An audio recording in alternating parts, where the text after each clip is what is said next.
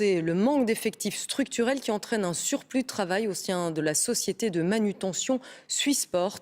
Résultat, plus de 200 vols en retard, 18 autres annulés et des touristes sans valise. Jean-François Noulet. Des négociations cet après-midi, un préaccord a été trouvé entre direction et syndicats, mais il doit encore être présenté à la base. Rêve de développer son tourisme d'affaires. Actuellement, ce créneau représente à peu près 8% du tourisme.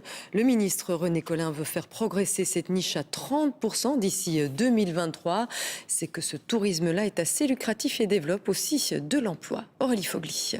Port de Liège où l'activité cargo est en croissance. Cette année, chaque mois, plus de 500 000 tonnes de fret y sont en transit. L'aéroport liégeois est le leader en Belgique en matière de transport de marchandises. Un pôle qu'il convient quand même de consolider, surtout après le rachat de TNT Express par le géant américain FedEx. Éric Destiné. Le covoiturage a de l'avenir devant lui et c'est peut-être même la solution d'avenir. Vous connaissez peut-être Blablacar.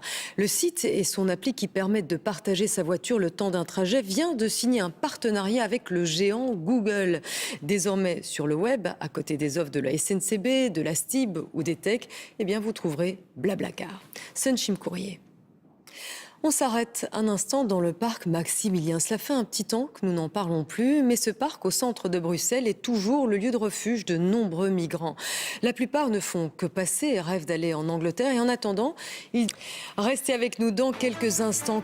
Chez nous, ça bosse dur pour les futurs étudiants de médecine en dentiste et dentisterie. Le 8 septembre prochain, ils seront 4500 à tenter de passer l'examen d'entrée. C'est une première et il effraie bon nombre de jeunes. Du coup, les cours. En sport, l'équipe nationale belge féminine de hockey s'est qualifiée pour les demi-finales de l'Euro cet après-midi. Après leur victoire 2-1 face à l'Espagne. Résumé, on sera estival avec du soleil et quelques voiles nuageux. Les nuages seront plus nombreux l'après-midi, mais ce sera tout de même une belle journée. Les températures seront comprises entre 24 et 28 degrés. Vos prochains rendez-vous de l'information, le 6-8 demain sur la Une en radio. L'invité de Matin Première sera Patrick Duprier, coprésident d'Ecolo. Et d'ici là, n'hésitez pas à consulter notre site internet et à regarder nos programmes ou les revoir sur Ovio. Voilà, c'est la fin de cette édition. Merci à vous de nous avoir suivis. Excellente soirée et à demain, 19h30.